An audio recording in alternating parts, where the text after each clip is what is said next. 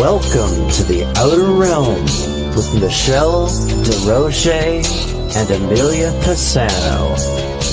Airing live on the United Public Radio Network, 105.3 FM in New Orleans.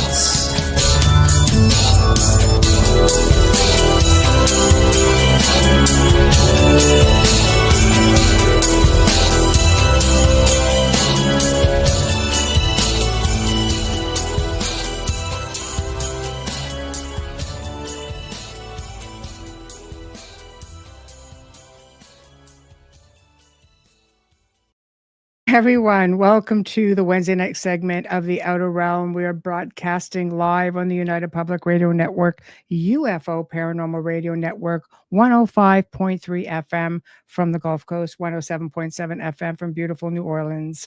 We are fully sponsored by the amazing people over at Folgers Coffee who have been a part of our journey since, at least 2019. So big thank you to Folgers. We couldn't do it without you, nor would we want to.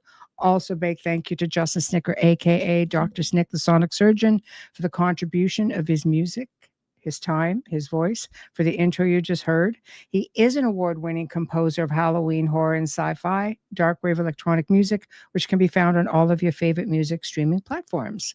Also, thank you to Steve McGinnis, the artist behind our logos here at the show. Check him out on Facebook and Instagram. Also specializes in the horror and Halloween genre, but does phenomenal commission pieces of any sort. So tonight is a continued discussion into the mysterious and the obscure, you name it, with our guest host, Wayne Mallows, and we'll be bringing him on in a moment. And big apologies on the delay. There were some shenanigans on my board tonight, which there should not have been.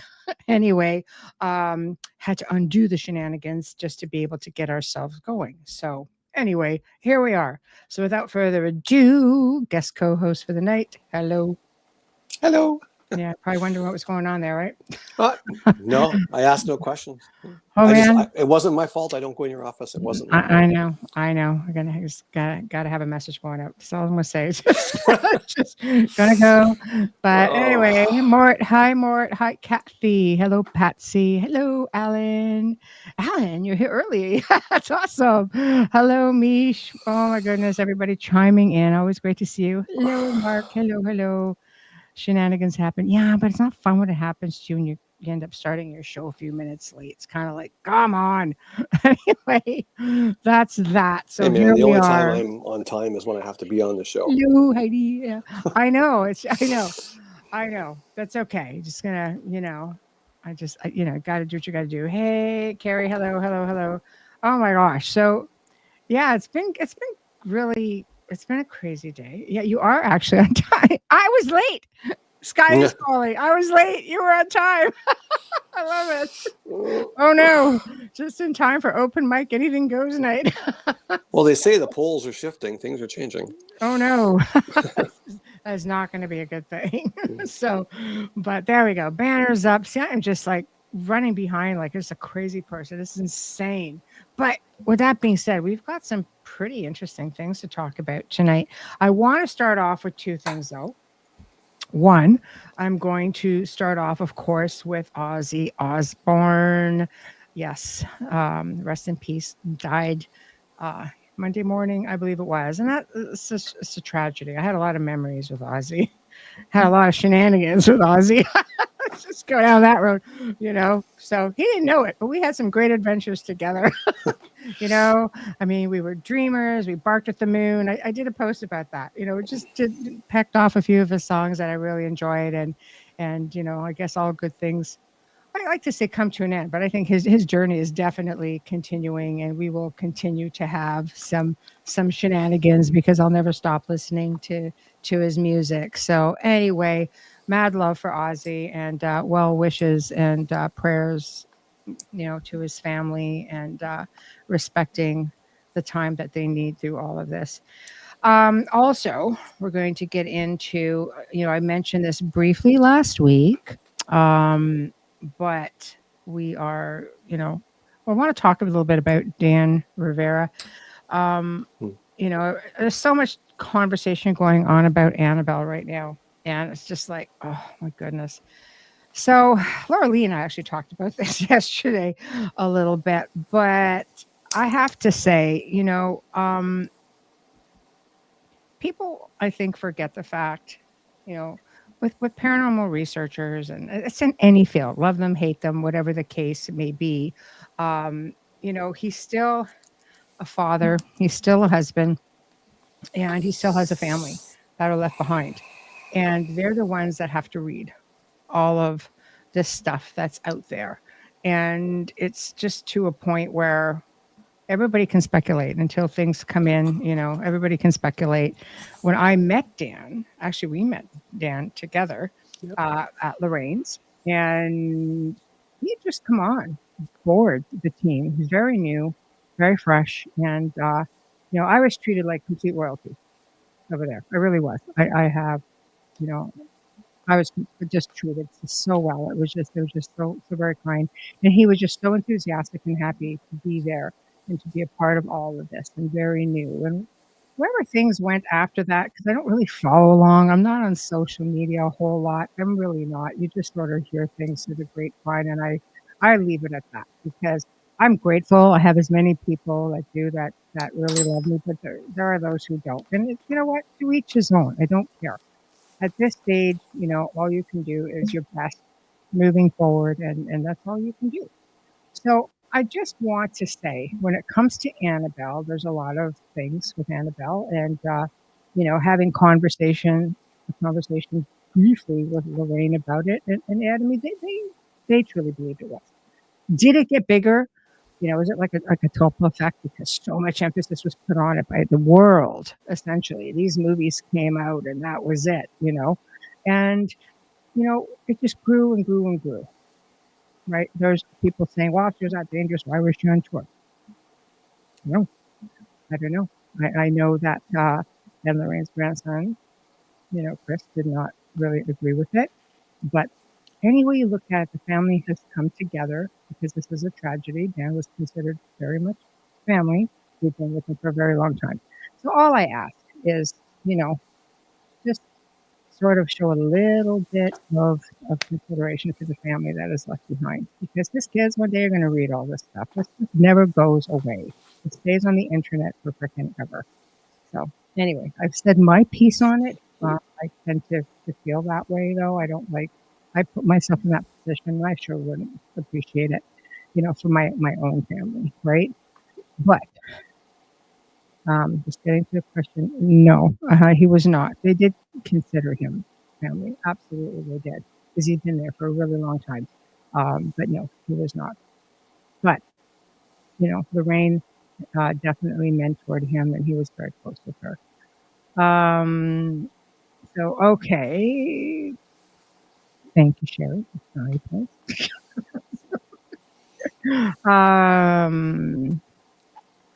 Oh, okay. All right, here we go. Okay, so just sort of making my way. Okay, so I've said my piece. Wayne? Sorry? Any thoughts? I try not to have those. They hurt. Oh, it's okay, Alan. No worries. Yes, thoughts can hurt. Oh, they can. Well, I was never a rock and roll fan or music fan or anything of that stuff, but it's still You're sad. A weirdo, that's why. Yeah, well, I know. I don't deny that at all, right? But it's sad when anybody passes.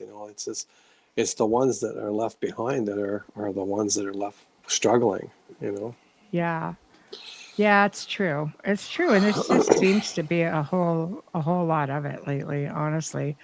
But I wanted to open the show that way because, there's because, everybody, the world's going to miss him. There's a little black spot there now, and it's kind of like boo.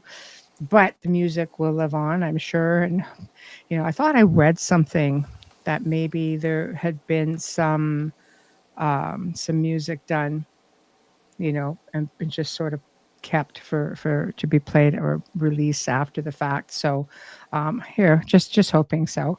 Oh, flattered Dave, wasn't it great? I love him. He's so enthusiastic, this guy. That segment, there were two different ones. The first one, I think it hit like it was like 2,500 views or something. It was crazy, but he was a lot of fun. It was He was. compelling too. I mean, it's like he Yeah. made some pretty strong arguments, and I'm just like, I can't refute it. I really can't. So, everything I've learned I learned in school that was taught to me by someone who was taught to them. So, he's just like, well, Mhm. you question where the information comes from. I'm like, he's not wrong. Yeah. Oh yeah. No, I mean, you know what? He definitely he was. He is. I mean, yeah, I should bring him back on again just because he is so much freaking fun, wasn't he? A lot of energy, that guy. Oh, there's two interviews with him, Alan. You should go on and check them out. They're both on the channel. The first time, it was crazy when he came on because he's got a pretty staunch following. Like they either love him or they don't. And the ones that love him, oh my God, they first came on. They were a little bit judgmental with Amelia and I. And I just approached him like, "Hey, I'm a student. You're the teacher. Go crazy." And he goes, "Throw me anything. Just give me any question." I'm like, "Okay." And his people especially, had so much fun. They're like, "Oh my God, this is the best show ever." Because I guess he really gets attacked a lot in some shows. And I don't do that to our guests. I find it so disrespectful if I have anybody within my space on this show that insults my guests, because it's like it's insulting me. So I would never put up with that. And they just went crazy. And when part 2 came on, their following came along. It was a lot of fun. And I learned a lot too. You know what I mean? So it was really cool. I think really his cool. people are just like, what the word I used was ferociously protective. Is the way I looked at it. They were just really protective of him. And that's nice to see. Yeah. Oh, I love people who are passionate and they just put it out there. I think it's just wonderful. But I mean, there's so much information coming out on it. It's just it's who knows? I don't know. People are passionate and they do their research, and it's just like, yeah, I'm not up there floating over the over the planet. I don't bloody know. You do, you don't, you speculate, but you have people who are just as passionate about their theory as well. Mm-hmm. So I got to see Ozzy with Sabbath. I saw them with Ronnie James Dio, who was equally just as amazing. In my opinion, he was just fantastic as well. But yeah, so anyway, but one thing about Ozzy, which is going to push us right into our topics for the evening, is his son Jack Osborne does so much paranormal television. And of course, if Ozzy's kind of been in there giving his 2 cents worth on some, a couple of different series that he did. I love him with Robert the Doll when they went on the road trip. That was hilarious. I love him when he's, looking at videos, giving his opinion, and, ball lightning was always his favorite thing. And it became It's my favorite thing too. I know. Everything around the house is ball lightning now. I know. So it was already, it was pretty cool. But, with that being said, it was pretty cool to see that he apparently was into it. And it was kind of interesting to see, because out of all the stuff out there, it was kind of cool. Well, it's funny now because you'll show me different pictures of stuff you're working on. Just different. What do you think of this? What do you think of that? And I'll quote Ozzy on a lot of that stuff. Just drive you crazy. I know. Well, that's just a double exposure. Someone's messed with a negative. It's like, yes. It's ball lightning. It's just ball lightning. I know. Oh my gosh. It's never dull around here, that's for sure. It's never dull. No, it's never dull for sure.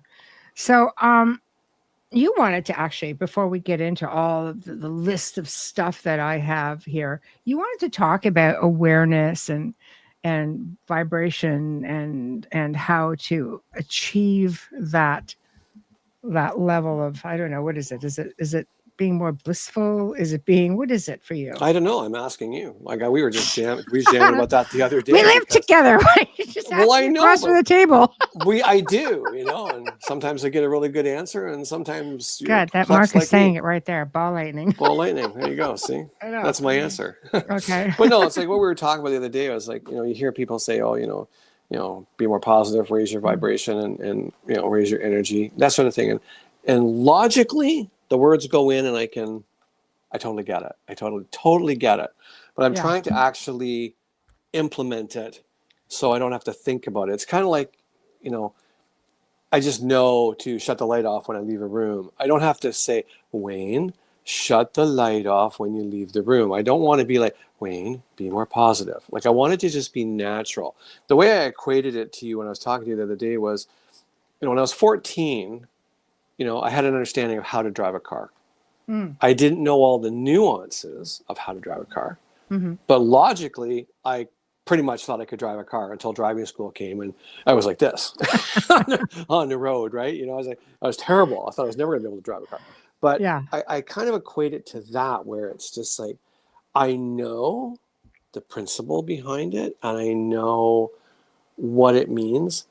But for whatever reason, if I'm making it work, I'm unaware that I'm making it work. And I'm not sure kind of how to take the formula and make it work. That's kind of where I'm at right now, Mm-hmm. you know? So Yeah. Yeah.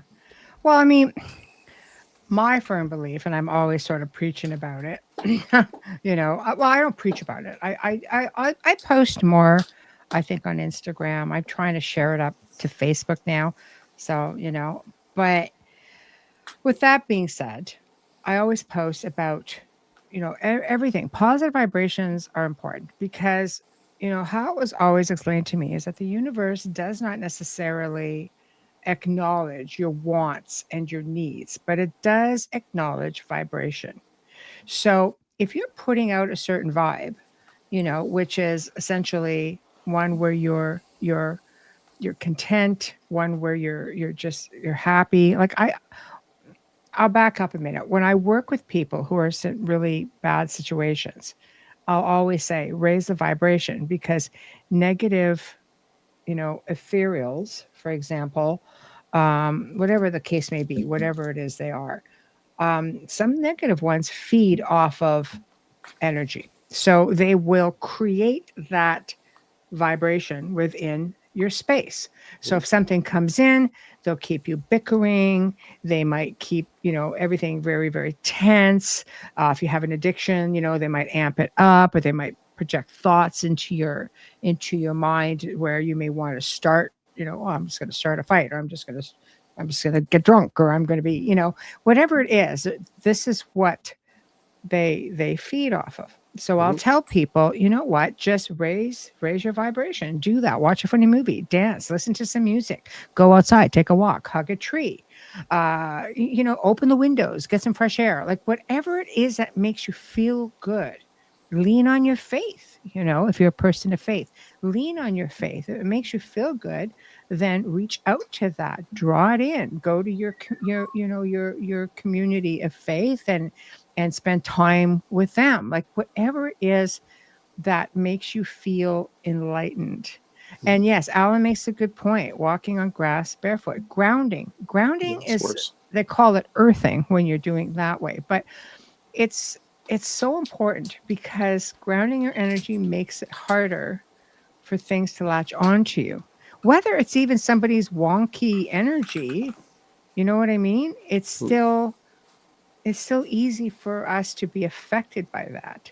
So when you're grounded, it doesn't affect you the same way. Mhm. So in order to and now getting back to you to sort of raise your vibration, it's all of those things. Just doing anything that makes you feel good, staying positive. And I know it's hard because life likes to throw curveballs at you, but it's so important to just, you know, like you would always joke, and I'd say, no, the look at the glass as being half full, not half empty. And you would look at me and say, there is no glass. Okay, you see? I don't even have a glass. I know, I don't even have a My glass. glass was taken away when I was 4. But you know, but with But I mean, that being, I know what you say. Like I can make it work. Like I'm not like such a noob that I don't understand it. It's just I Mm, want to make it second nature. Like I told you mhm, this before. Like I had an incident at work quite a lot of years ago, many years ago, and it was just a bad day. And I was dropping tools. Like the printer wasn't working. Like everything I did was just a nightmare. And, I had to go up and down all these ladders. Every time I got to the top, I'd drop a pair of pliers, drop a screwdriver. And Yeah. finally, the last time I picked it up and I whipped the thing, just whipped the pliers down the hallway. And I'm like, there, you happy? That is not helping you. No, I know. But It's then I realized as I was doing it, walking like a moron and going to pick up the pliers that I need now, Yeah. and I'm just like, okay, I get it. I get it. Okay. You know what? I'm going to fix this. You know what I'm going to fix this? I'm going to sing. I'm going to sing badly. Yeah. I'm going to sing badly. I Oh, boy. can't sing. Oh, boy. And I sang so badly I started laughing. And I was laughing so hard at how bad I was singing that everything just changed. And I watched it and I felt it physically change. So I just don't want to get it to that point. I just want to wake up in the morning and be that child of light every day. Mm-hmm. I'm making headway. I'm just curious as how Mm-hmm. people are just either born to it or not. I mean, I've always been told opposites attract. And what kills me about it is that, as you've said, it's like, I'm this person of light and the darkness doesn't like it. Right. So they pick on me. But then if I become negative, then I attract more negativity. But if I'm really good and light, I attract more negativity because they hate it. How do I attract the good people? How do I attract the light people, please? Well, it's exactly what we're talking about. Like I'll use people, in chat for an example. I see when people are positive, it draws people in. Even people who are not normally in the chat. I've had people say to me, I love your chat room. It's so relaxed. It's so much fun. I love the way everybody interacts and shares ideas. But if you get somebody that comes into the chat room who just wants to act like not so nice, they'll go after them. It's just like nobody wants bad juju in their space, even in the chat room. Which has been very interesting because we stream across, like, we're on 8 platforms. Roku doesn't have a chat room, right? So we have 7 chat rooms simultaneously, and I could see all of the stream from each of those chats come up right here on the board. So I kind of know who's being naughty and who's being nice, and feeling like Santa a bit, but say more like Krampus, right? Krampus, yeah, right. There you go. So I see a lot of this stuff, right? So it's just, at the end of the day, if you're putting out that kinder vibration, it's going to come back, and that's what you're going to attract. So they say, well, what you put out there is what comes back to you. And I guess that's all part of manifesting your own reality, is if you could keep putting all of that out there, then eventually this is all you attract. I've had people say, oh, I'm having difficulty with this or with this. I'm like, we just have to put it out there a little bit differently, like where you're just sort of being positive and stay positive. And it's hard. Well, it's hard. I mean, you and I will be driving and I'm like, blah, blah, blah, blah, blah. And you just see me go, love and light. Just got to throw it in there for good measure. Love and light. Just keep going. Right. So we'd make a great sitcom. I'm just saying, the stuff that goes on, right? It's crazy.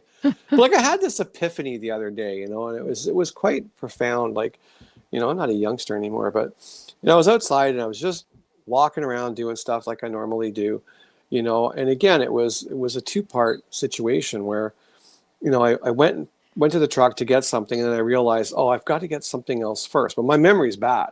So I'm like, well, I better get that before I forget to get it. So then I walk back to the garage, I get it.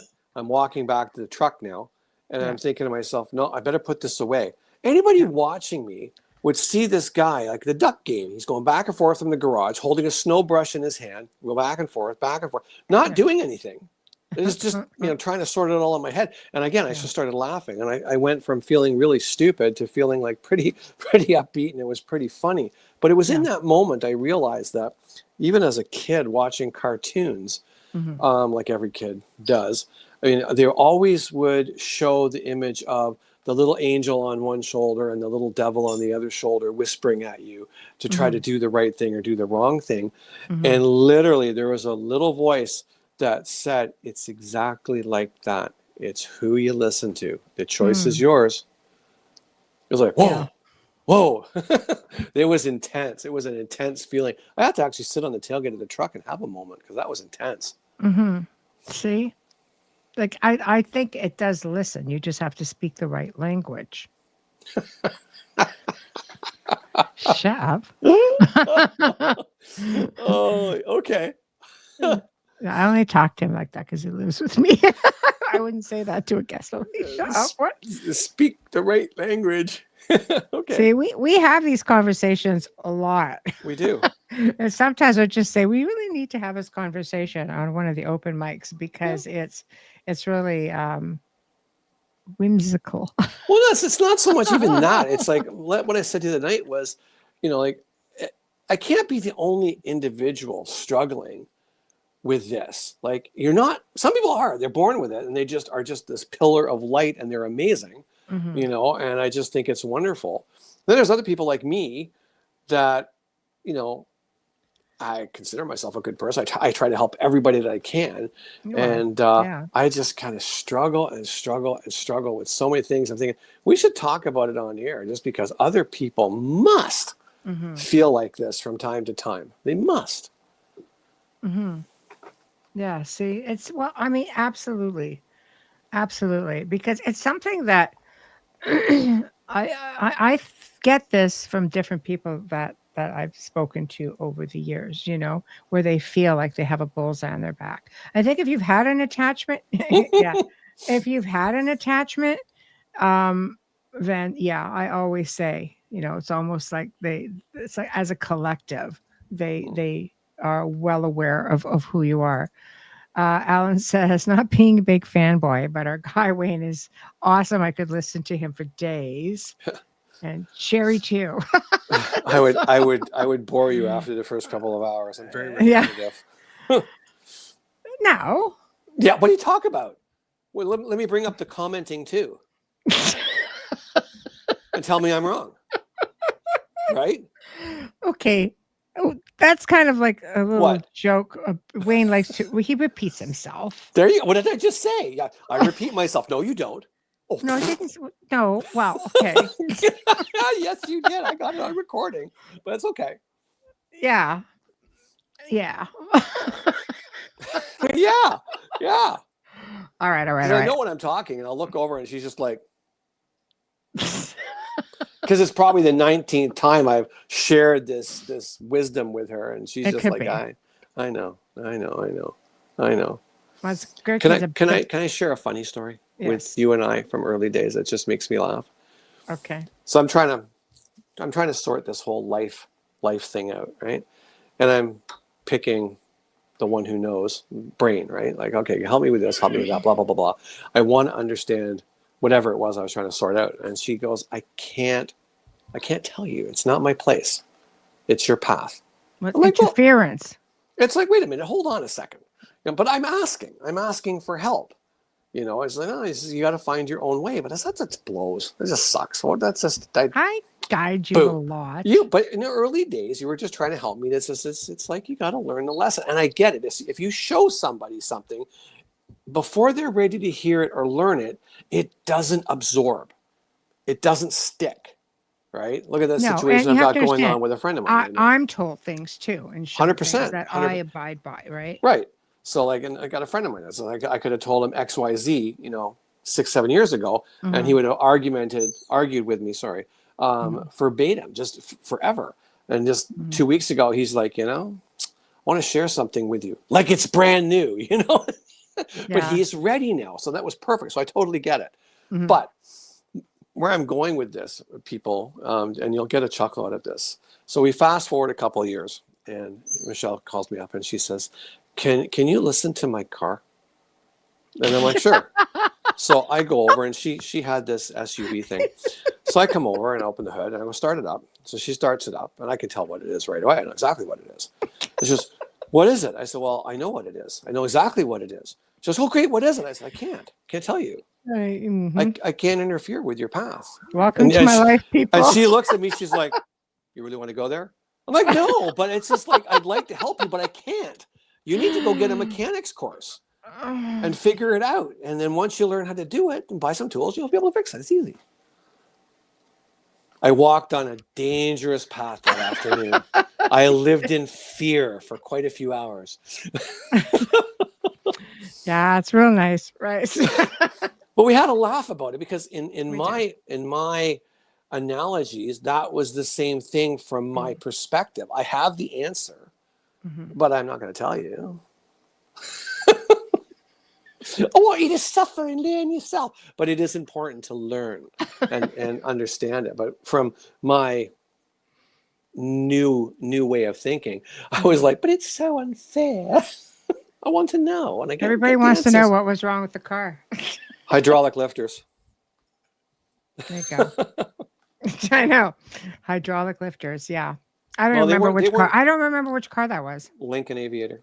Was that all the Aviator? Yeah, 4302, they had hydraulic lifters and they would leak oil out overnight back into the oil reservoir. So when you start the car up, they would go tick, tick, tick, tick, tick, tick, tick, tick, tick, tick, tick, tick, tick. And then they'd fill up with oil and the sound would go away. Just But it like sounds your like mind you're... sometime. Oh, my mind's like that all the time. Don't sell it short. Are you kidding me? That's all why you right. can't sleep at night. Oh, I know. All right. So there you go. A little bit of funny to share with See, people. Kathy says, see, Wayne, you're raising your frequency right now. Oh, gads. Misha's cars are a boy thing. I used to take motors apart and put them back together in hot rods. I used She's to my love hero. that. I am a car fanatic, even though I've always leaned more towards, foreign vehicles. Well, nobody will fault you for that. They just don't work. Want to go down that road with me? Let's talk about that. No, let's not. Yeah. Well, yeah. Okay. You win. Well, come on. The first time I opened the hood with that other car that you have, I opened the hood up and it's all in German. And there's no oil dipstick. There's nothing. Like, what do you do with that? I call you. Who can't speak German? Who puts you in touch with the tow truck? That's the end of that. On that note, Oh. it's a good thing this is laid back. Man, you're gonna get my vibrations going the wrong way. Now. Carry on. So where are we going? What are we doing? Okay, we're gonna talk more about vibes, but in a different way. So, okay, have you guys all been reading about Yellowstone right now? Yellowstone yeah. Park, and how animals are leaving in a ridiculous, fashion. Now, professionals say no. This is migration. This is what they do. They move around, but there are professionals. I believe scientists are thinking, well, there could be something because they can also react to energy as well, and they know when disaster is going to happen, or they know, who knows, maybe the ground's rumbling a little bit. There have been really bad weather out that way, and I know that John Yazzie, who's on Don't Whistle at Night, he's on one of our shows here on the network, has said like he saw a pretty big bear out in the Navajo Nation. It was like the desert area. Going, no, don't think I've ever seen one of those out here. And it came from Yellowstone, apparently. So, I mean, if we are looking at that, I would think that would be cause for concern. I mean, there were buffalo going through metropolis areas. Like, I mean, not just one or two buffaloes. I mean, a large herd of buffalo just going through metropolis area, just trying to get out. You're used to seeing them on Yellowstone, like let's say on the roads out that way, but not going into where there are businesses or homes. Animals are more in tune than we bipedals are. They're connected. I mean, you just look at the lobsters that migrate under the ocean, and they just follow the magnetic lines of flux, and they just follow those. They don't need to see. They just their brain is in tune with that line. I mean, I wish my memory worked a little better, because there was a case not that long ago, and it was fascinating, where migratory birds that came from the northern part of North America, like Canada, and they would fly to the southern part, along the coastline for the winter. And they all arrived on time, and people would gather around with binoculars and pictures to watch these flights of birds come in, and they start building their nests. And they hadn't even finished the nests when they all just split, all of them, just up and gone. And everyone's like, wow, why are all the birds going? Mm-hmm. You know, and people are like, well, there must be bad news. Oh, blah, blah, blah, doomsayer, this, nothing. They just went on to better nesting grounds. And then a hurricane came through and devastated the entire area, destroyed it. So the And then birds knew. and then the birds came back. They came back a week after the hurricane was done. They built their nest like nothing happened. How did they know? Did they pick up on the wind currents? Did they understand something is amiss? You know, I don't know, but they're with it and we're not. Animals definitely have a way of knowing. They're highly intuitive. I mean, I know there are paranormal investigators who would bring dogs on investigations with them for that reason. You know, I always think it's just such a, you know, I get it why you do, because I mean, when people call me, I'll say, do you have a pet? Follow their lead, see what they're doing. They will alert you to danger, that kind of thing. Or if they're just, you know, trying to get out of the house, you know, something is up. I've worked with many people through the, you know, many years who've had pets who would react. Where I get a little bit concerned with that is because we've also worked with people where the pets ended up with attachments because they're the ones that can't speak. Right. Good place for you know, an entity to sort of hide behind. Hide out. Yeah, exactly. So I always get a little bit concerned, but yeah, so I always say, listen to the animals and the children all the time.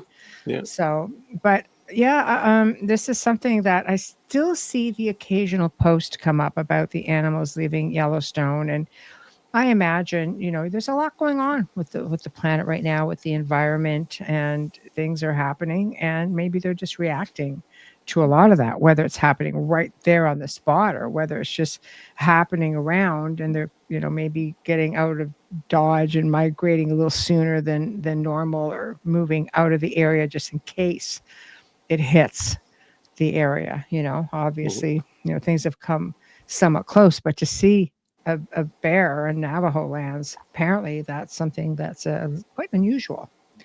So one example of that, right? So I thought what might be fun is if we talked about ancient spirit communication. Hello. I'm old, but not that old. Holy cow. Because there's many different types of communication, right? Hold on a second. Alan, putting it up. I read an article earlier that talked about a time when the whole earth shook. Wow, that's crazy. It's weird. Go ahead, Wayne. Well, there's just to by what Alan said. There's talk right now. Like I said, I'm not a geologist. I'm a simple guy. But this one guy was saying that, you know, they're drilling into the earth so deeply now to get groundwater, and they're pulling it out like just like in millions of gallons. And the one guy said, could they, if they're pulling that much water out of one side of the planet, you know, could it cause the earth to shift? And I'm like, water's heavy. if you took water off one side of something, it's going to cause a reaction on the other side for sure. It's just like, but again, I don't know how valid that is. Was it really a thing, or was this just a conversation that was happening in the what if world, right?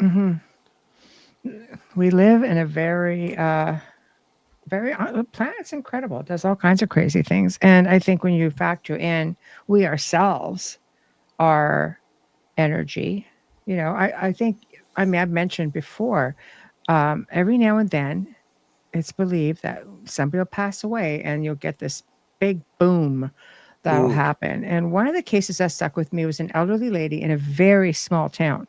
So they were able to pinpoint, you know, the approximate area where they came from, because everything was spaced right out in this little place. And when she passed away, there was a huge boom going. Like the sound was just like, they compared it to what, like, let's say a sonic boom would sound like. Sound barrier. Yeah. And when they looked at the time, and they, you know, the person living in the house with this elderly woman said, you know, like, my grandmother died exactly at this time, and it happened exactly at that time, roughly hard to pinpoint. I don't know how you pinpoint an area like that, because to me it would sound all encompassing, but but this story has come up throughout different parts of the world, and I'm thinking, how fascinating is that? You know, hold on. We're talking about the Earth. Are we assuming the Earth is a globe or is it flat? Yeah, I went there. Yeah, you did. Oh boy. All depends on who's providing you the educational information. Like a quickening. I like that. Yeah. Yeah. Exactly. More of dome is what is described.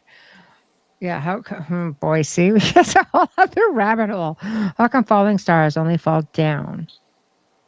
Well, I don't know if they fall down. We've seen shooting stars. Shooting stars go across. Yeah. Ones that enter the atmosphere are definitely on the way to the ground. Yeah. Yeah. That's the bird. Yeah, that's the bird. Sorry. Bird's happy. Bird's in bed. I don't know why it's carrying on. Got the lowrider song going on. Oh, yeah. I love it. Wonder where she learned that from. Bird can be amusing. Yeah. Sing it, Bruce. Yeah, exactly. If a tree falls in the forest, anybody hear it? Exactly. Yeah. Exactly. Don't say you don't get entertained over here. Even the bird's in on it. She's an African gray. All kinds of stuff. For those who are wondering, she's an African gray that we're sort of bird sitting right now. He's got the Dukes of Hazzard horn going. I know, birds are going. Birds are going. That's insane. Anyway. Okay.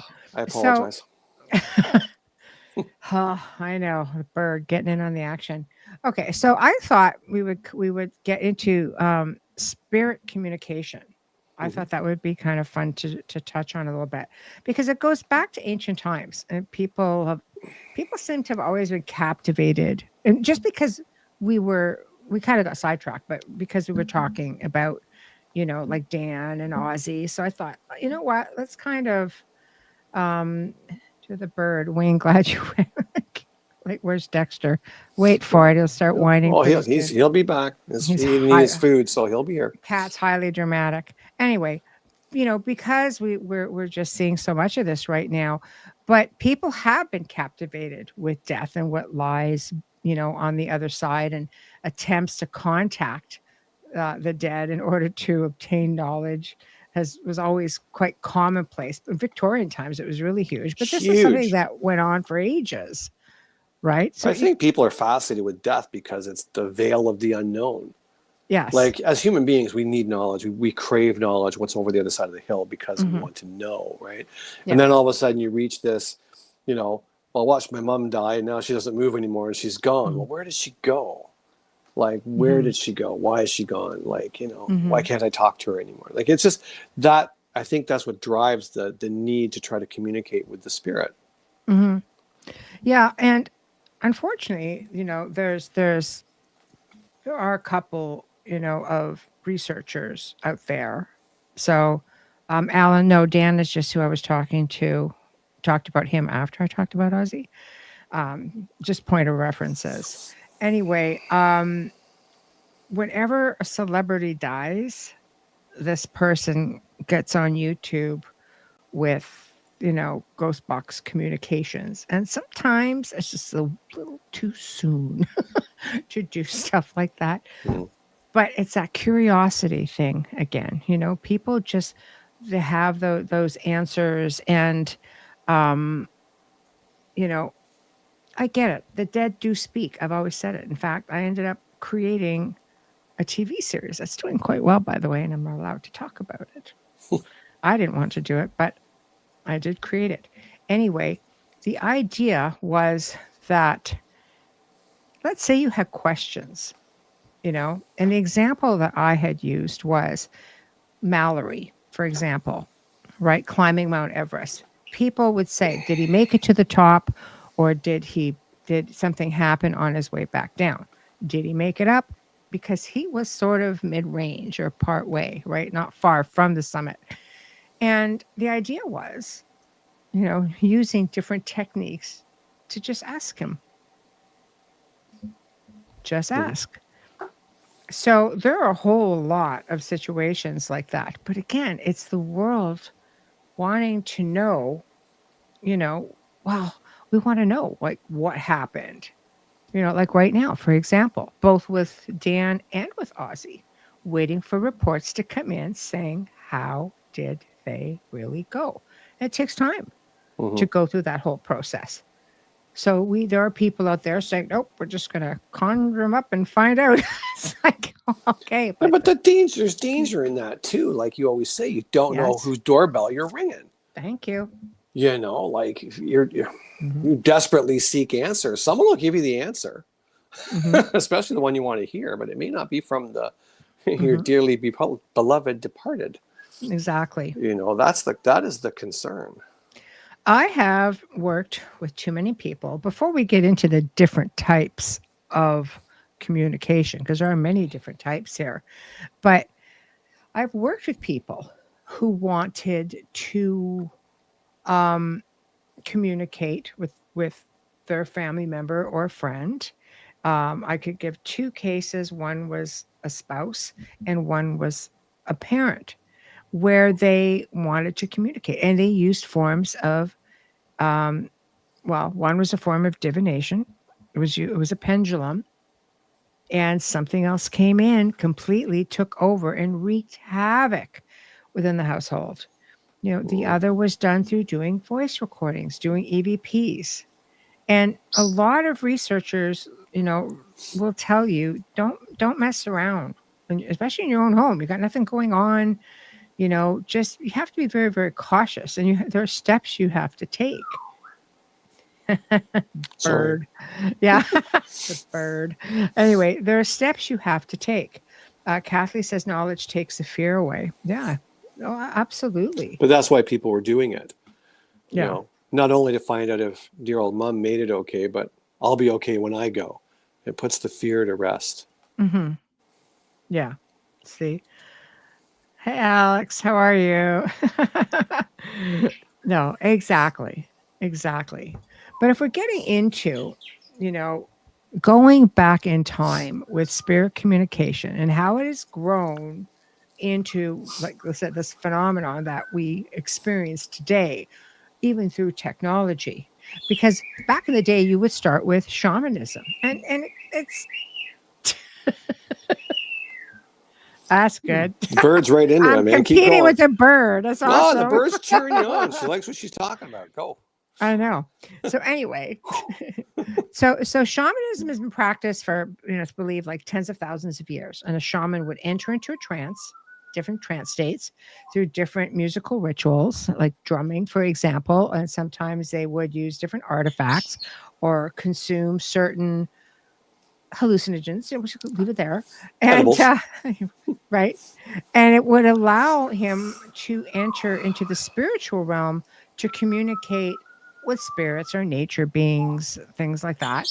And these practices, have been used in cultures throughout the world, right? So this is not new. This is probably one of the oldest types of spirit communication.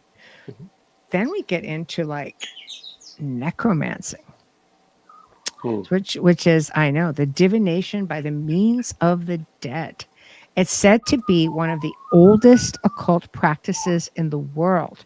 In the first book of Samuel, which is in the Hebrew Bible, Old Testament, makes mention of the witch of Endor in the 11th century BCE. And it said that King Saul was concerned about the outcome of a battle that he was going to against the Philistines. So he was desperate for answers. But it was outlawed in Israel before him to go and visit this witch. So he went in disguise, and she would evoke, the spirit of Samuel, to which predicted Saul's defeat. And his army, not only did it fall, but he himself was killed. Right.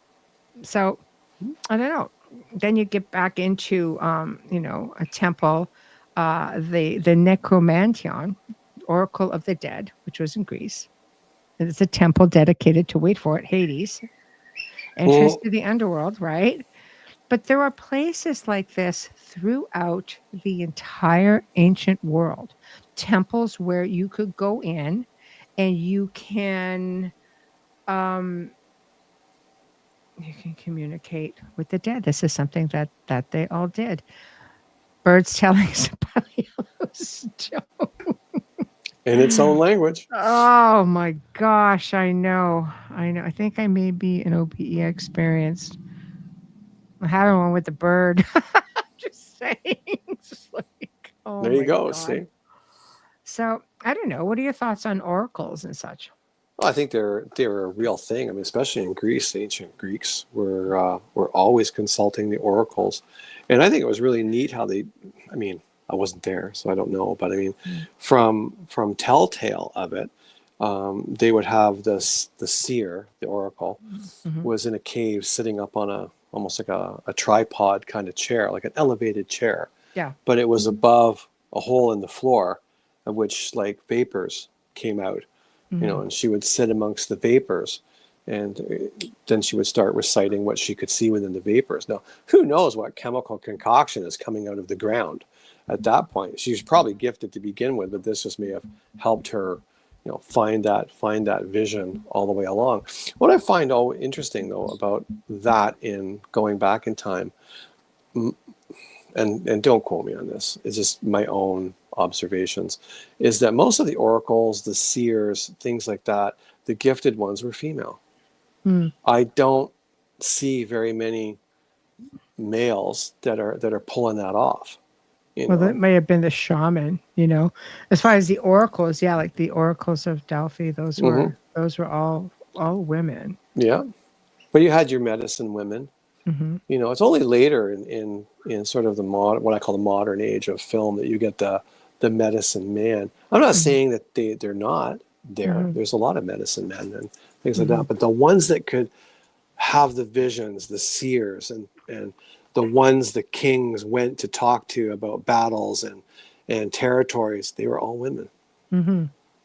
They would always go to the female to find out what was going on. And I always Mm-hmm. go back to things like behind every great man there's an even greater woman. There's truth in every saying. There's truth Mm-hmm. in that, but it's just become a cliche now. And in the modern world, we don't even pay any attention to that right now because it's not on our little iPhone. Well, I mean, you can go back even to the time, of goddess worshiping in the Hmm. temples, where there were many temples, to different goddesses. And I think that got turned around a Oh, sure it lot did. into the more male counterpart. I mean, that it's common knowledge, you could stuff you could go Look it and up. find quite easily. But Kazon, just message me. I'll give you the name to someone I know who does drumming. Maybe he's got, recordings or something. I'll Just tell you a piece of information too while I'm at it. okay. Just about witches and the female, right? Hmm. During Hmm. World War II, we're pretty aware that the Nazis were very interested in the occult. Hmm. Huge. They were going all over the world looking for artifacts and stuff. But not many people know that on the British side in England, Churchill went and got a hold of a group of white witches to Ah. to cast spells towards Germany over Mm. the English Channel to confuse the bombers that were coming over. Hmm. That's interesting. Yeah, Hey, thought he yeah. would do that. Not all high Mhm. tech. It's like Yeah, let's got a little get bit of down to. woo-woo stuff going Oh on over yeah, there. they were. You don't hear much of that, but it was Yeah, definitely a thing. yeah. That's interesting for sure. Huh. Hmm. Hmm. I'm again, the ancient leaders would do that, and I guess it's something that's kind of gone in, obviously, into modern times a little bit there. I mean, because even the church, over time, the church maintained that only God had dominion over the dead. But I mean, there were so many practices going on in cultures, Persia, Babylon, Egypt, medieval times in Europe were just riddled with it. It gets really crazy. But then we get into the spiritualism in the 1800s. Like, can we even talk about that? I mean, you're getting into it. I'll always bring up, Lilydale, the town that speaks to the dead, but it was huge, and people were tired of conventional teachings and became fascinated by the occult and the supernatural. right? They were curious about ghosts and the ability and possibilities of communicating with them. Seances became so popular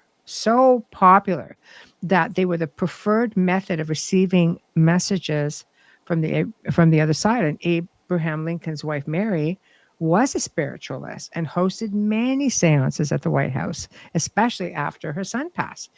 And Abraham Lincoln and Harry Houdini were known to have attended seances in Lilydale, New York, which is one of the largest spiritual communities in the world. And it was founded by the Fox sisters, and they were known spiritualists. But Harry Houdini visited so many mediums, especially in the 20s, trying to contact his deceased mother. And he was outing everybody who he thought, were attending seances. Like he was in disguise to do this, but he was outing everybody. Table tipping. I've done table tipping. I have to say it's interesting. Yeah, but for every genuine, person, you've got 25 charlatans. Right? Exactly. That's that. Yeah. That's plain and simple. That's in any walk of life. That's just spirituality. Yeah, exactly. Yeah, exactly. So, hello. wasn't Lincoln's wife warned of his assassination coming up through a seance, or am I mistaken on that? I thought it was through some kind of a seer. I don't recall it. I can't recall it, but there was a premonition given to her, not that his life was in danger and peril. It was coming to an end quickly. Mm-hmm. But I can't remember the details. I don't either offhand. Foghead. Lord of the Rings. Impressive when Aragorn used the dead as an army to kick on the orcs. Yeah, it's true. Mm-hmm. But again, you look at Tolkien, he was really versed and into a lot of that stuff, like a lot more than people realize. A white witch. No, not so much Caucasian as they were. A white witchcraft is everything is done for good. Yeah. Right. To different levels of that. So he dreamed that he saw himself dead, or that he saw it in the mirror. Didn't he dream about it? That could have been what it was as well. I completely draw a blank on that. When you mentioned it, it was like I thought someone was given a bit of a premonition or advanced warning, like that he was going to be in peril. Mm-hmm. So, and I think she didn't want to tell him. Is that right? She didn't want to tell him because he had meetings and stuff, and didn't want these flights of fancy to cloud his judgment. Mm-hmm. If memory serves, and it's not been good lately, so I don't know. I don't know. But the whole movement, I think, did it did bring out, a lot of charlatans, and people became, I think, even to this day, they tend to be very cautious, as you should be, But I think with that, the Victorians, they love the whole macabre of everything, right? Picnics in the cemetery, the obscure Christmas cards, and the art of, telling ghost stories at Christmas. Instead of exchanging gifts, you would exchange ghost stories. In the 1800s, too, you have to remember that advancement in machinery, technology of the time was on a massive scale, so that people were, experiencing things for the first time, like locomotives and later, steam cars, things like that. They were just fascinated by all of this wonder. So it doesn't surprise me that it just falls into suit with that. This is, well, why not? Let's explore it. Let's talk to the dead. Until you actually do it, it can be frightening. It can be if you have a real experience and you buy your lonesome. Let me tell you, have you depends on. Yeah, I don't know. I've never had that happen. I've had some crazy experiences. That's because you fear nothing, right? It's not that I don't fear. I'm talking about me, man. I know, but no, it's not that I don't fear. I was just taught to not show it. I could startle like anyone else. Believe me, I do. Oh, I know. And then you hit me. But I'm talking about. What are you on about? Who smacked me with my own book at a show? Who popped bubble wrap right at me trying to scare me? There you go. So you did. I never hit you. That was a reflex. I know. If I actually meant to do it, I'd have knocked you off the chair. See, violent. No, Fear nothing. reaction, Fear nothing. reaction. Yeah, I fear nothing. Wowzers. Wow. Powerful, Okay. powerful. So we're going to move on a little bit. So that's the age of spiritualism. And Mhm. with the age of spiritualism, well, in the 1880s, they loved to use talking boards. Okay, so talking boards, yeah, a little bit different than the Ouija board, but talking boards were actually used, and they were part of a lot of older civilizations around the world for centuries. They would have talking boards. And a historic fun fact is a board was used in ancient Rome to predict the next king. And people were using boards for a really long time to contact the other side. In China, in fact, spirit writing was popular in communicating with the dead from the 5th century to the 13th century AD. And it was only outlawed about a century ago. Huh? Hmm. Like, I don't think people realize how far back this stuff really goes. It's crazy. So now we get into, of course, the Ouija board, which was introduced in 1890.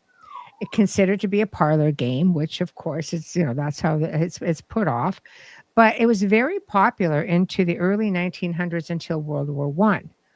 After the 20s and after World War One, spiritualism became popular once again, and because a lot of people lost loved ones, right, in the war. So it became popular again, and it was known as the magic talking board. Don't ask me what the difference was between the two.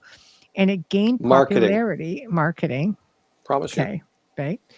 So it gained popularity again in 1973 with the release of the Exorcist film. People became convinced that the board was a gateway to hell and essentially connected to evil.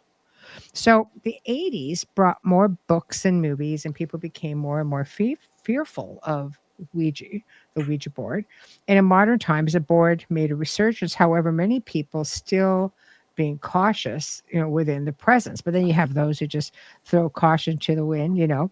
But one case was going back to March 2017, so very recently, considering, and a convicted double murderer named Stephen Young of Pembury, UK, won the right to a retrial because 4 members of the jury had used a Ouija board the night before, finding him guilty of the murders, to contact one of the victims, who was named Harry Fuller, and told them to vote guilty. Where else could this happen? Anyway, many people have been plagued by non-human entities and have confessed to using the board, even in their childhood days, and to show that things have had longevity because they just went on and on and on, right? Like decades later. Yes. Yeah, that'd be me. Oh, you did that, did you? Oh, yeah. That's why I say, the Ouija board. Oh, I can tell you a story or two. Yeah. Oh, do tell. This is the night. This is the night to tell it? Okay. Yeah, tell it. Oh, my God. Yeah. I knew nothing about this stuff. And my buddy of mine in high school says, hey, you want to do this thing? Come to my house. We're going to play this board. I'm like, okay, fine. And we were both really into like the supernatural and ghosts and ESP and all that stuff, right? And, that's because we were just C-average students and wanted to be special. So we go and we sit down at his place and we start monkeying around with this thing and, go through the usual, you're moving it, no, you're moving it, blah, blah, blah, whatever. So we finally realize that neither one of us is moving it. And we get a pretty good conversation going back and forth, get the spirit's name, where they died, blah, blah, blah. The whole night. It was really, really good. I thought it was going on really well. Anyway, we said like, can we meet you somewhere? And she said, the female said, no, you can't, blah, blah, blah. And a little bit later on, she said, the only way you can meet me is if you died. And this takes a while because it was spelling it all out, right? We're writing it all down. So then, we kind of went, no, that's not going to happen. Okay, I understand. That's fine. So then, many weeks later, she starts writing out, long story short, you can meet me without dying. Well, how do we do that? And she starts writing down all these numbers and letters and weird things, right? And it was my friend who said, that looks like the map, like on an old fold out paper map where you have the letters down the side and the numbers across the top. Mm. So we got a map out of the car and we looked at it and we put the two together and it finished up in St. Jamestown Cemetery. So we're like, yeah, that's pretty cool, right? So we go trucking on down there and, you know, we talk to the people that are there. They don't know anything. And we couldn't find her. So we come back and we play the board again. And she says, well, my stone's not there, but there's a big tree in row J down by the hill closer to the water. So then we go down there and we find this big tree. This is it, you know, and we describe it. And she says, yeah, that's the one. And she says, if you show up there at noon on Thursday, September the 12th, I'll meet you there. Oh boy. And we're like, cool. All right, that's cool. I love it. So away we go, me and my buddy, you know, full of all happiness. And we got to remember, folks, I don't drink and I never did drugs. So this is like straight up just me being silly. So we go down there and we sit down by this tree and we're just talking to each other and saying, you know, like, what do you think it'll be? Do you think she'll be a spirit, a ghost? What would she look like? You know, I don't know, blah, blah, blah, blah, blah. And then it was a sunny day, beautiful sunny day, nice, gorgeous, warm. And all of a sudden it got really cold. Like the hairs on our arms stood up, right? And he's like, ooh, it's getting chilly. I'm like, yeah, it is getting kind of chilly. And the grass was kind of long in front of us. You know, they hadn't cut the grass on the hill yet. And all of a sudden you just see the grass go flat as if somebody sat down in front of us. Oh my God. It scared the hell out of us. We ran so fast down that hill. I don't even remember climbing the fence. Like there was a chain link fence at the end of that hill. I don't remember hitting the fence. I don't remember climbing the fence. I don't remember anything. But the next thing I know, we were walking down some road miles away. You know, you just kept running. You didn't even know where you were. No, we just kept bolting until we could see humanity again, and then we sort of slowed down, winded and tired, and trying to figure out where did we park the car and how did we get back. No, but oh geez, yeah. And you know what? We tried to reach that spirit again to sort of say, sorry, you spooked us. Never did we get that response from her ever again. Like you hurt her feelings. Oh, probably. Yeah. Terrified me. It just scared the poop out of me. It gets really spooky. I mean, I've had Ouija board stories. I've heard, you know, I've worked with so many people. I've heard crazy stories of things that have happened to people. But I mean, from my own personal experiences, you know, I knew all kinds of people who used them. And I remember my mother telling me a story, and my grandmother confirmed it. And my aunt, being the youngest, was, you know, had played with a board. And this is going back, guys, like decades ago. Decades. Because my aunt was the youngest, and she was like in her 70s now, okay? Or 70, pretty much. And she had asked to meet the spirit of the board. And it cautioned her. And it says, one night when you're alone, because she was very persistent, I will present myself to you, and it'll give you the scare of your life, sort of thing. So middle of the night, going back, I mean, it was probably days, maybe even a couple of weeks. And my grandparents heard my aunt scream. And they raced over, because her bedroom was just down the hall, because my aunt was like pretty much the last one there, right? And like being that the siblings had moved out by that point. And when my grandparents came down the hall, they saw something exit her room. And the way they described it was like like a hunk of flesh wandering out. I would never have believed it if my grandparents would not have validated that, because they were witness to it as well. So needless to say, she avoided this for years and years and years. Okay. So hence me 14. Okay. She goes, I think we should play with a Ouija board. We should just fire this up. My mom was sitting there going, this is a really bad idea. And it was 10 years between my voice of reason. Right? My mother, the voice of reason. My aunt going, no.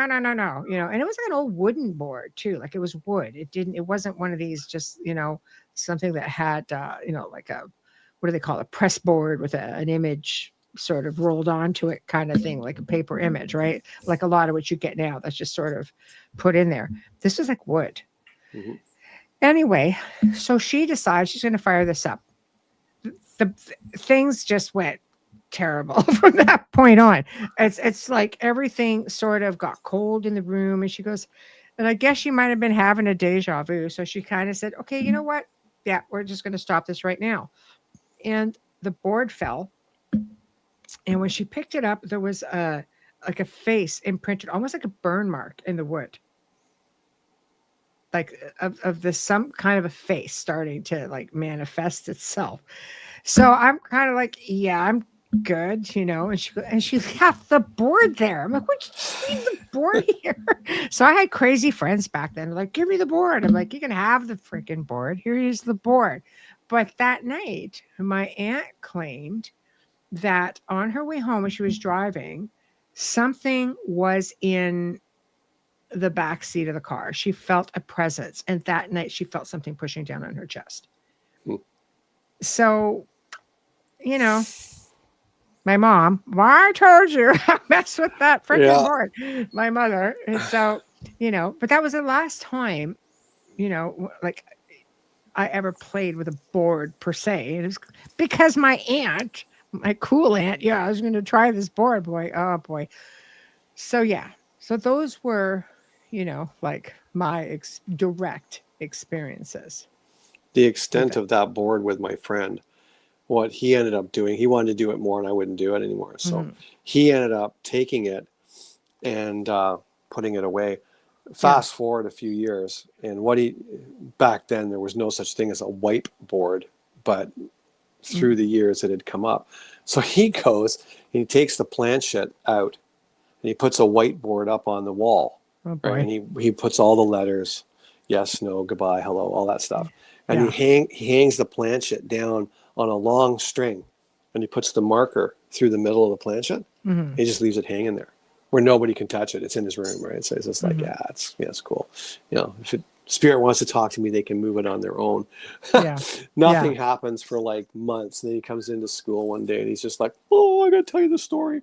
Anyway, he got up in the morning and there was squiggles all over the board with this white thing, and the planchette and the marker were gone. Never did find it.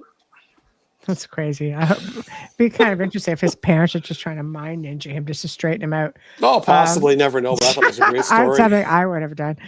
I think Ouija boards get a bad rap. They're a tool. Yes. And I'll get into that for sure. Exactly. Like many other things, I will get into that. Hi, Richard. How are you? A few times I've done the board. The other person was definitely pushing the planchette. Fakers. I know, the thing moved on its own. I'll believe it. Yeah. You know what? That's what I basically wanted to explain. Like it comes into, I'm a really big believer in mindset, and I would do many experiments. People would bring me over to say, okay, look, this is happening. And then they'd have this board or they would just, I had one guy just like, throw an ashtray on there and just say, well, I can control all of this. I'm like, no, you can't. And he would try to control it. And I would just go like this, like, no, because my mindset was clearly, strong enough to manipulate it a little better, because again, I'm being like on the logical side of things. I truly believe if you're scared or nervous, you may contact something negative that will play on that with you a little bit. But if you make the mistake of asking for sign or, asking for an invitation of any kind, they're going to go in there. And I truly believe if there is something there, they know exactly what you're thinking. If you're going in and you don't have a clear mind, it's going to give you all the answers that you want because you're thinking, because some of these answers. People are asking for validation. Meanwhile, it's in their head. So meanwhile, the thing's going and it's telling you exactly what's in here. It's telepathy. That's just the way it is, right? So, tell you what you want to hear when you get closer and closer. No, exactly. That's exactly right. I mean, let's face it, if you're communicating with something and it's calling you a moron and telling you all kinds of bad things, then you're not going to want to play with it, right? No, somebody they don't always play nice in the sandbox, not at all. Nope. So, Zisan, we got in contact with a Ouija spirit once that I had to talk to, and came to an agreement as he was on my land in ancient times and did not want to leave. He threw a lamp across the room once. Doesn't play nice in the sandbox either, apparently. So apparently you have to close the board, and people don't do that. Fact. 100%. It's a good idea. It is a good idea. But I mean, let's talk for a minute before we get into, different types of technology. I think if you were using anything to invoke communication, whether it's a pendulum, whether it's a Ouija board, whether it's a spirit board, right? Because talking boards, which are different, whether you're looking at a voice recorder doing EVPs, who's here with me? What are you doing? Can you do this? Can you show yourself? It's the same idea. Whatever it is that you're using, if you're invoking and asking for communication, you're going to get it. So I think people sometimes forget that. Even a phone app. Do you remember that time we were at a convention and somebody sent over this little girl and her father to me, Yeah, I right? remember that. Yeah. And so what happened was, long story short, Dad traveled a lot on business, wanted his 11-year-old daughter just to be happy. So he got her, she would watch some of the ghost hunting shows. He got her voice recorder, got her EMF detectors, and just let her go wild, right? Until things started happening in the house. Because he's traveling. So she has a caregiver, at home with her, and things are going on. And he says, oh, yeah, he goes, doors are opening and closing on their own. I'm like, okay, she could be projecting energy. It's PKing, like psychokinesis. She's the right age. Puberty could be a thing. But the thing is the longer she applied and used these tools and trying to get communication, the more things amped up. But, I, offered to assist, and they didn't want any sort of assistance. I could not tell you how things ended up with this family. No clue. We never heard back from them again, and don't know how badly it went. All you could do is say, okay, well, it's not like you didn't try, right? So I don't know. So let's kind of get into the early days of technology. The need to communicate with the dead intensified. So people started experimenting with different ways. I think we have Nikola Tesla, right? He gave me the ghost box, the telephone to the dead, was said to have been invented at first for spirit communication. And it was the first device that had been done until Thomas Edison in 1920 decided to do the same idea, again, to the telephone to the dead. A lot of people thought it was a hoax. But yet, fast forward modern times, enter ITC, right? Instrumental transcommunication, and EVPs, electronic voice phenomena. And they focus on electric devices to capture disembodied sounds that the human ear couldn't particularly hear. Mm-hmm. So Attila von Szalay, if I said that right, an American photographer in the 1940s, experimented in capturing disembodied voices on a 78 RPM record. It wasn't until he teamed up with psychologist Raymond Bayless in 1956 where they were successful only after switching to a reel-to-reel recorder, and published a book called Phone Calls from the Dead. Like this is a thing, and this is going back, we're 75 years now, 70 years. So EVP research continued into the 50s when a man named Frederick Jurgensen unexpectedly captured voices while recording bird songs one day. He spent years doing EVP research, and he teamed up with Latvian parapsychologist Konstantin Orodiv, if I'm saying that properly. If not, I am so sorry for butchering it. But they have done over 100,000 recordings throughout the course of his life. This is being, Konstantin. And in 1980, George Meek and Bill O'Neill invented the Spiricom, which was a large computer with 13 tone generators that span the frequency of an adult male voice, let's say. And they allegedly claimed that the device allowed for two-way conversations with the dead.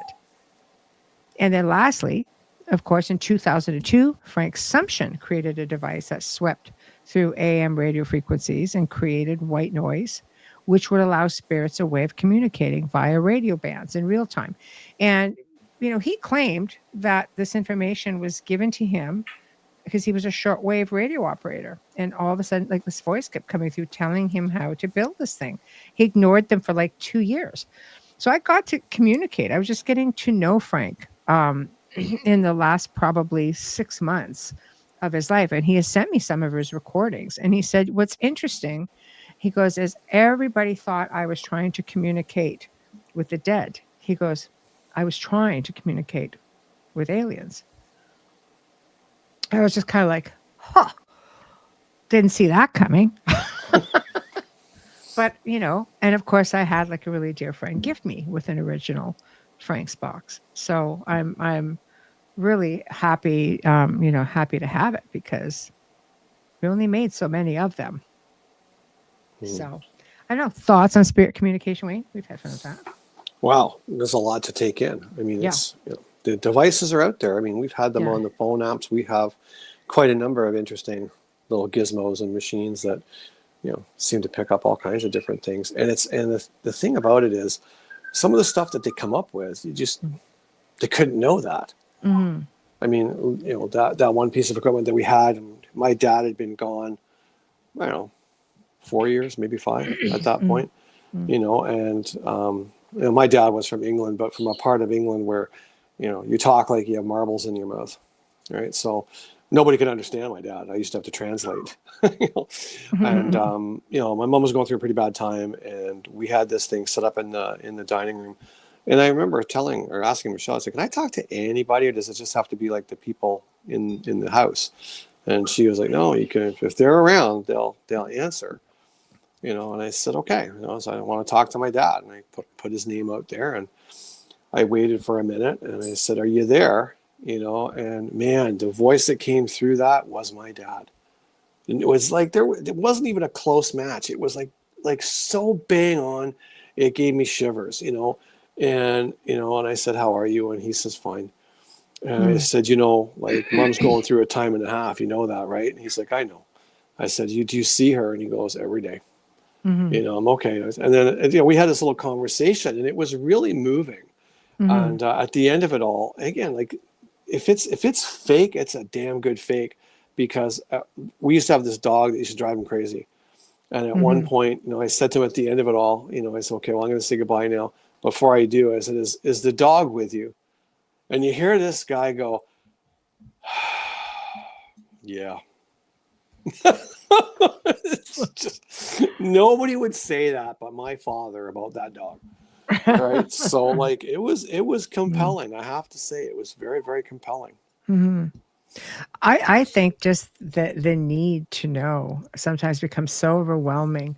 I know in the 70s, there was I cannot remember the name of the author, but they were doing experiments and putting voice recorders in cemeteries, and not just that, like old, like really ancient places as well. But cemeteries, to cover that whole theory that, there's always spirits in cemeteries. Not all cemeteries are haunted. That's definitely not, but people automatically think so. So I always kind of say it goes back to that tulpa thing. You have enough people who get in there thinking that there are indeed spirits that are left behind. And I'm sure that there are, and I'd like to think that eventually they wander off, or people may help them move on.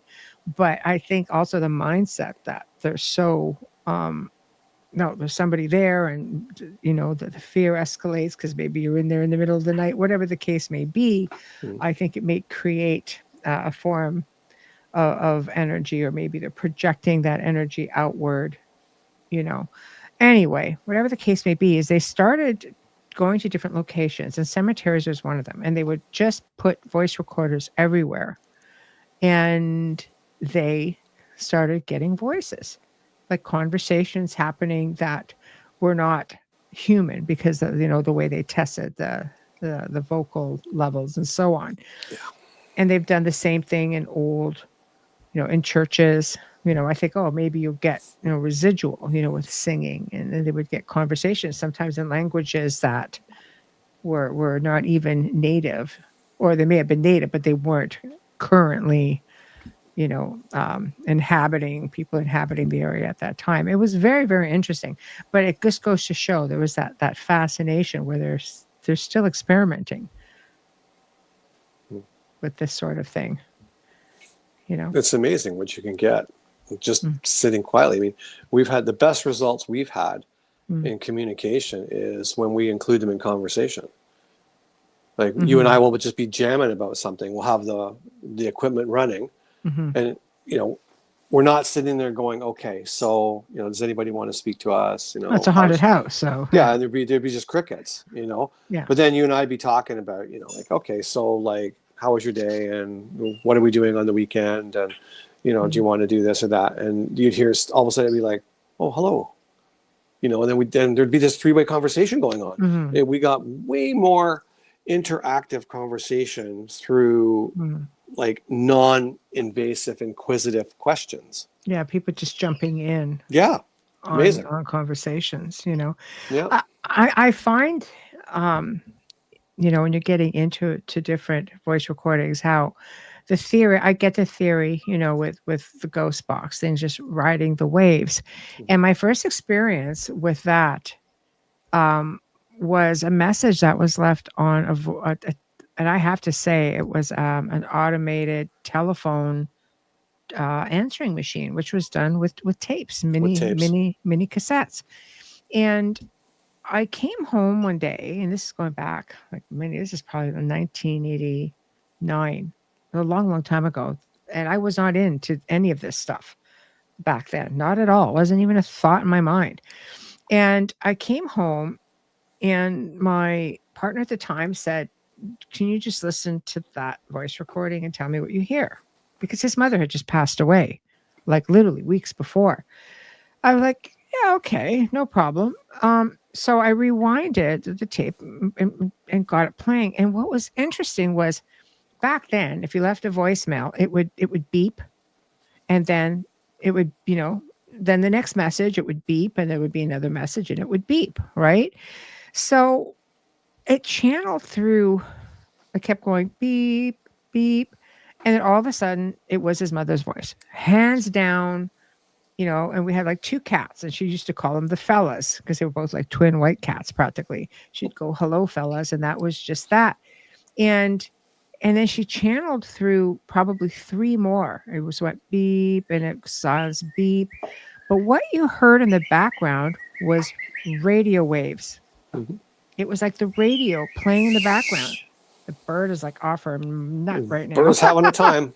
So anyway, so you had this, channeling through, riding this wave where she was able to speak, and that was on a little mini cassette. It wasn't an EVP. It's just something she came through and left. But she and I were very close, so we had an agreement. Whichever one of us would pass first would come and connect with the other. She was older than I was, but she's only 50. Right at the time. So that was sort of like, it was very young, and she passed away very suddenly. And so she says, well, it'll probably be me first anyway, because I'm old. I'm kind of like, well, but so I don't know. There is something to this riding the wave thing. Well, look at back at the Niagara Manor House with the coach house that was on the back of the house, right? That thing would have been used for carriages at first, but then it was modified for motor cars back in the day, right?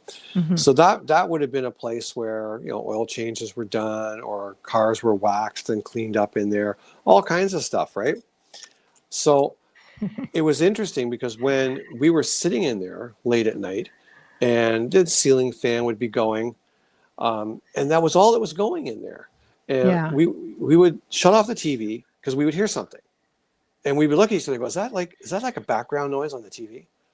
And we shut the TV off. And as I sit here breathing, you could hear an old time baseball game. And for me, it was amazing because the only thing that was running was the fan, the ceiling fan. And it was very quiet. It wasn't one of those like, airplane motor fans. Yeah. It was very hush, very, very quiet. Yeah. But I would think, like, I wonder how many, gentlemen might have been in there at one time in the garage, waxing the car, or, Or like a just, residual sound, yeah, maybe. and Yeah. listening to the Yeah. ball game while they were doing it, because that was the garage at one Yeah. time I mean, probably from 1882 right up Mm-hmm. until 1969 when they sold it. That was the garage, right? Mm-hmm. So there's a lot of time in there. Guys have music on when they're playing, working on their cars, or they have the ball game or whatever, because Mm-hmm. we would hear that so many times. And it had that old twang of the old baseball games in the 40s and stuff like that. It was crazy. Mm-hmm. Yeah. You know what? It is residual sounds, I think, are something that tend to be really, really common. Sometimes people just don't know what they're listening to. Yeah, It's but like, go ahead. yeah, sorry, just like to finish up on that too, just while you're saying that, is like I would be in there in the Mm-hmm. day and the night by myself without the TV on. I wouldn't hear it. I wouldn't hear it at all. It's when it Mm-hmm. was when the fan was running. Yeah. Then you'd hear it. Yeah. That's crazy. Um, Adrian says, hey, my African gray sees and talks to spirits, even repeats words I never taught them. 2 full sentences. I have a very cool story about this. That's neat. When Very neat. for anybody who owns African grays, they'll remember Alex, the parrot. And Alex was in a university. He knew over 400 words. He was a very smart bird. He could do puzzles. He knew his colors. He knew everything. And when he passed away, the university put out something where they were asking for donations because they wanted to purchase another bird. And they have since purchased others. And I was contacted because I did give a donation. I was contacted by Alex's handler, essentially trainer. And she said, I have a very interesting story to share with you. I said, I would love to hear it. So apparently, Alex, always stayed at the university. He never came out of there. And his teacher, she goes, I never ever, I had parrots of my own. I had African grays as well. And I did not bring home any information that I had taught Alex. That was something, specifically for him. What was interesting, she said, is within a few days, my African grays started picking up, just saying words and songs that I had only ever taught Alex. So the bird, she figured that Alex was visiting her and her birds and teaching them all these things because her birds were picking up things that only Alex knew. That's crafty. Wasn't that crazy? That's I thought, wow, that's fantastic. I really love that. I think it's cool. Yeah, I felt really, really humbled to have her reach out to me and share that story with me because I had owned several African grays back then, and I know birds are amazing. See, son. In fact, Zara, the bird in the background, was my bird at one time, and I had downsized, and of course my son and daughter-in-law, well, just let us take the bird. We want to make sure we keep the bird. It's like, okay. So of course we're babysitting her at the moment, but it is so fascinating. People don't realize just how intelligent they are. I've reared babies, and fostered babies, and I've taken in, birds that have been lost, and humane societies were not necessarily equipped to deal with that at the time. So I've reared them from the time they were out of an egg, pretty much, maybe rejected by their mothers, and I've reared them into full-on fledglings. Anyway, they're cuddlers. They'll cuddle with you more than a cat or a dog. Every night, I had one bird, we had to cuddle every night at the same time, and she'd fall asleep right in the nape of my neck and just fall asleep. So it's just, I know she was just the baby. That was it. Followed me all over the house. She'd walk around until she could fly. And they're just really, really clever. But like all, little beings, whether they're fur beings or feather beings, they're just so They're so intelligent and they can Well, see they are that. everything. Well, You coming know? out of a haunted house to here, like all the experiences I had over there. When Yeah. the bird moved in, the first couple of days that the bird moved in, it was pretty quiet. And then she Yes. kind of got comfortable getting used to the area, right?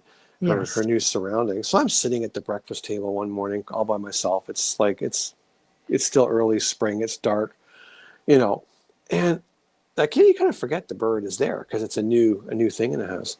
And all of a Yes. sudden I hear the door. I hear the Uh, and I'm thinking that's the door.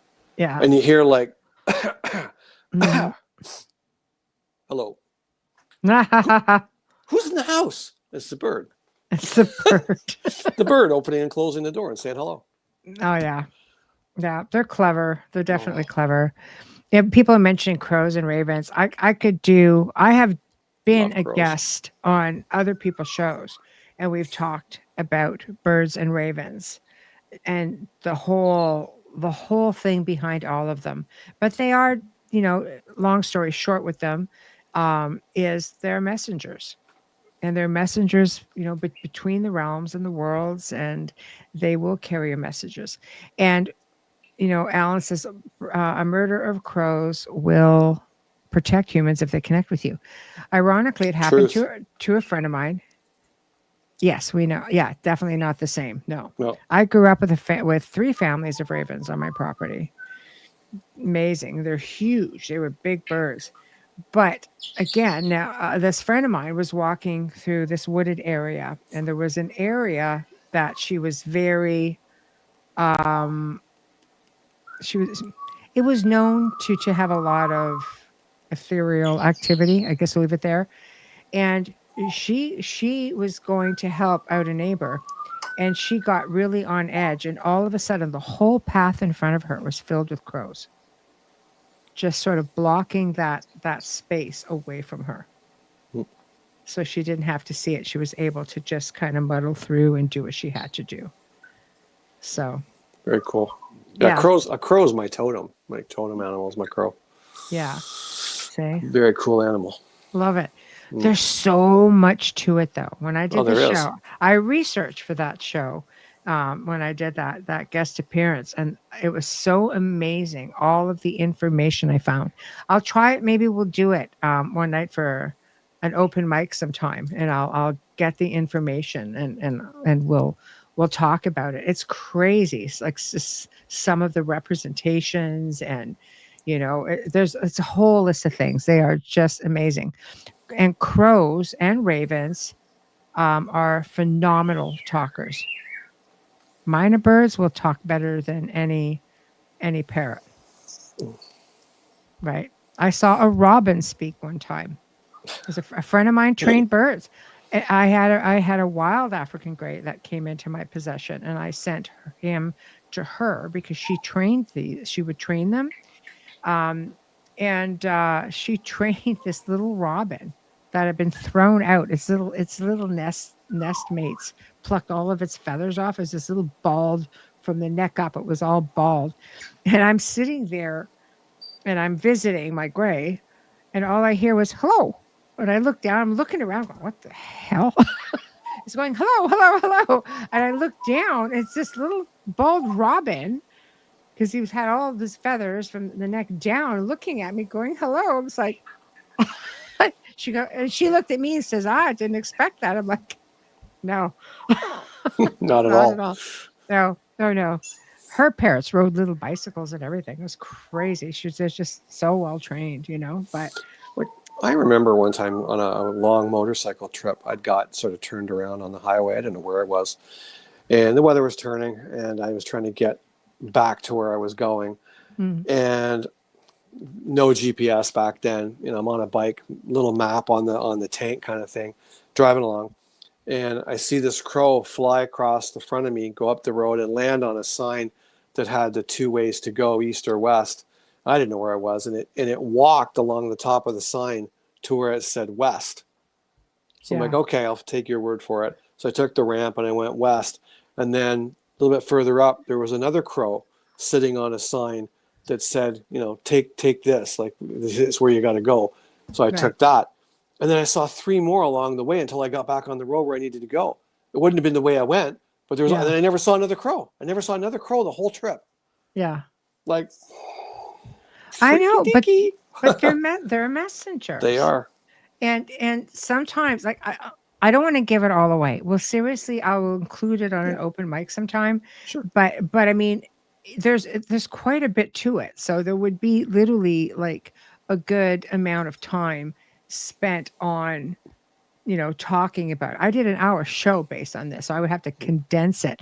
But it is really fascinating. So whenever you see a crow or a raven, don't freak out with it.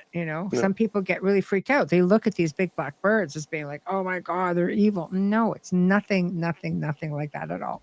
In fact, it's the complete opposite. Right? It's just, love it. Yeah, it is. People just have to be aware, but it's fantastic. At the end of the day, the drama queen is here. There we go. There's Dexter. Feed me. It's a good thing we're close to ending the show because His Highness needs to eat. Oh my God. Well, the bird's meowing, the cat's meowing. Oh yeah. It's all good. It's wonderful, isn't it? It's the circus. It's the circus. Never a dull moment here. Never a dull moment. So we're gonna stop it there because I thought that was like a really great conversation. Everybody got into it. I love it. So tomorrow night, guys. Okay, our guest Joshua Cutchin had a schedule confliction, and he could not get out of it. So we've rescheduled him into September. He will be coming in because we definitely want to talk about this book of his. But I am daring to do something I hardly ever do. I know. I am putting on a replay. This is going to be really crazy hot tomorrow, and there's things that I've got to tend to. So anyway, so tomorrow night we're going to be playing part 1 of a recording. It's a replay, so there's not going to be a live chat room, okay? But award-winning journalist Laura DiDio breaking the Amityville story.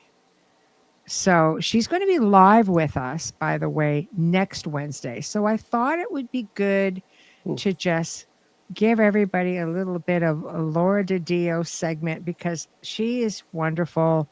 Honestly, she's been on the show a few times. She is just so crazy versed, and she was there in Amityville when that story broke. She knew the Lutzes. She stayed in touch with the kids, and she basically had been to the house even after the fact, and she's had her own experiences. You'll hear it all in part 1 of this. And then if you go, you can check out part 2. The archive will be there. And if you haven't listened to her before, it'll give you a good gear up as to what she's going to talk about, because she'll be on next Wednesday talking about other paranormal experiences that she has had.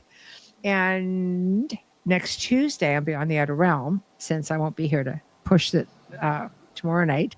Beyond the Outer Realm, Kat Ward from Paranormal Heart Podcast, who's also here on the network, her show airs 6 p.m. on Tuesdays, is going to be joining me to talk about all of her paranormal experiences. And it's going to be a lot of fun. She's a real sweetie. If you guys haven't checked out her shows, definitely check her out, and definitely check that out, because it will be a whole lot of, it'll be a really fun, laid back episode.